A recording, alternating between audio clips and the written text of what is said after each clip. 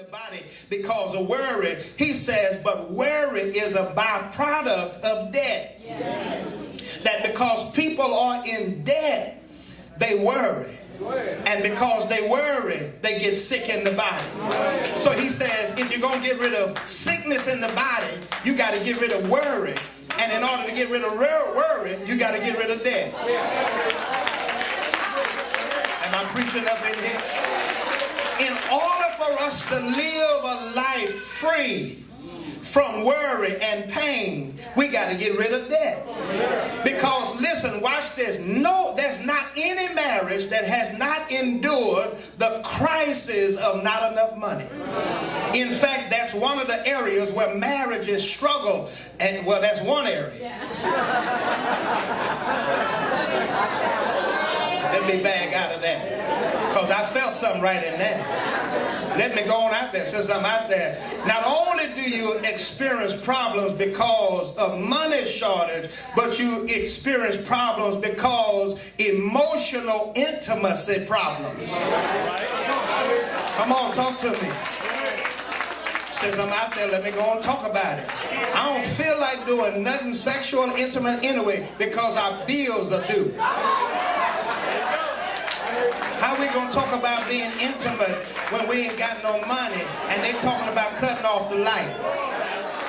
You know what God showed me this week? He says one of the reasons we are in debt is because as parents we keep bailing our children out.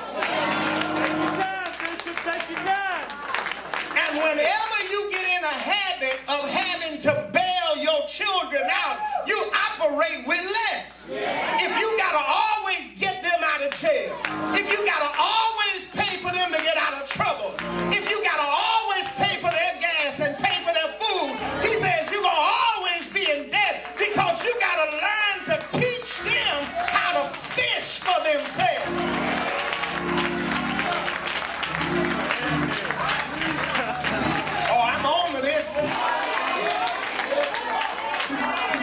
See, every time their cars run out of gas, we try to find some money to put gas in their car.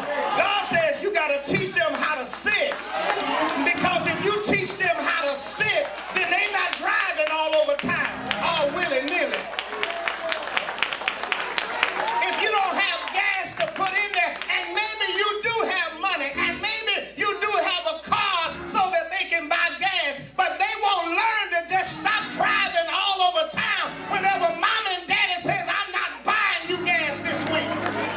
Are you hearing me? I need my jacket. There we go.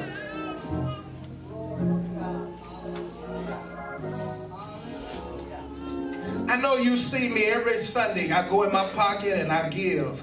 I give in all three services. Amen.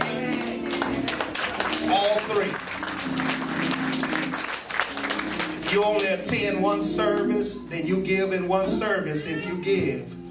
But one of the reasons why I give is because I want the congregation where I serve to see me giving also. I've been in churches when pastors asked for money and never gave it. I don't ever want there to be a place where you see or hear me ask for something in terms of giving to God and you never see me going in my pocket. Lord have mercy. I want you to receive. I want you to see. I want you to model doing what I do. Lord have mercy. And trust God for the outcome. Are you hearing me? I'm never going to ask you about tithing. I'm never going to ask you about seeding if I'm not doing it myself. Are you hearing me? And I want to always give in the worship. Because I don't want anybody to ever say he asked us to do something and he didn't do it. If you don't see me do it, it's because I forgot. How many times have I come back and said, man, I forgot my money. Get this to the elder. I forgot my check. I forgot my offering. Send that back in. Amen. You've seen me do that. Are you hearing me? Because I want to make sure I lead by example.